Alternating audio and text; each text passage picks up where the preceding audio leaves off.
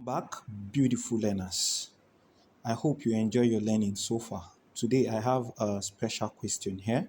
The question said, if the volume of a given mass of gas at 298 Kelvin and a pressure of 205.2 times 10 raised to the power 3 Newton per meter square is 2.12 dm cube, what is the volume of the gas at STP?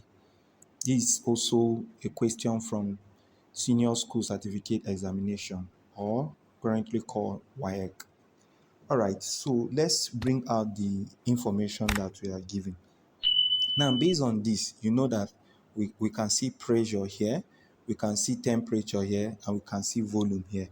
It means we can have P1, P2, T1, T2, and V1, V2 because they asked us to also find the volume at STP. That means we can have another volume. Now the question is, what is P1? What is P2?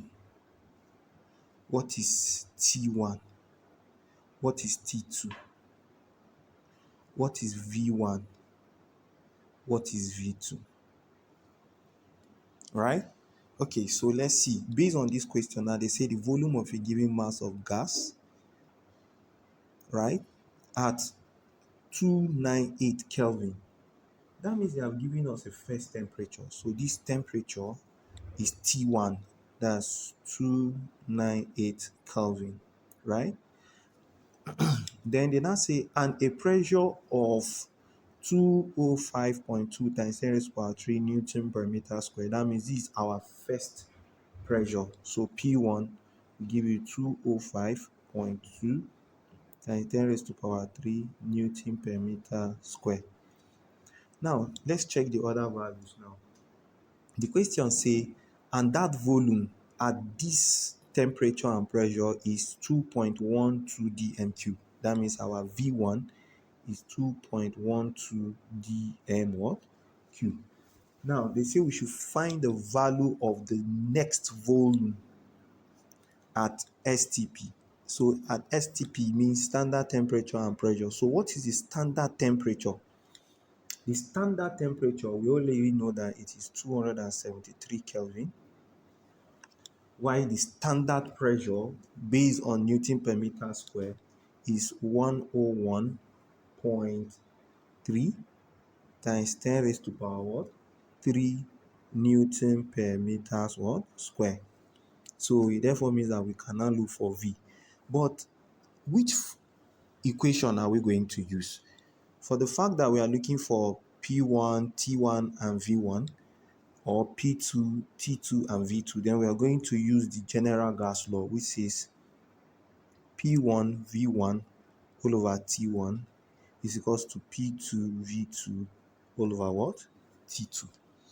Now, since we are looking for V2, we have to make V2 the subject of the formula, right? But first, let's start by cross multiplying. So if we cross multiply, this T2 will go back to this position. So we have P1, V1, T2 all over T1 and is equals to P2, V2. Now, the next thing to do is to divide both sides by P2. So if we divide both sides by P2, then we'll be having P1, V1, T2 all over T1, P2 and is equals to P2, V2 all over P2. So this will cancel this. Now we are left with only V2. So our V2 will be equals to P1, V1, T2 all over T1, P2. So let's substitute our values since all these variables have value representation. So our P1 is 205.2 times 10 raised to the power 3. Our V1 is 2.12. Our T2 is 273. All divided by, now T1 is given by 298 times P2 is given by 101.3 times 10 raised to power 3, right?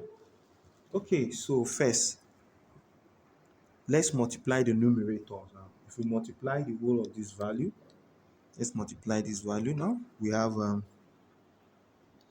205.2 times 10 raised to power 3 times 2.12 times 273. Okay, we have 118,761.55.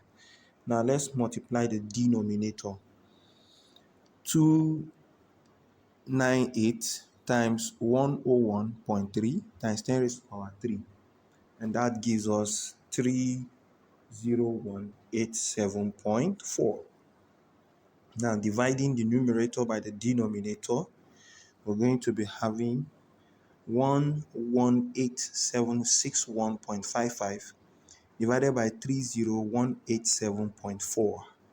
So we're going to have 3.93 dm cube. So the volume at STP when temperature is 298 Kelvin, pressure is 205.2 times 10 raised to power 3 Newton per meter square, and volume is 2.12 dm cube, will give you what? 3.93 dm cube at STP. All right, that brings us to the end of this calculation. Thank you for following, and bye for now.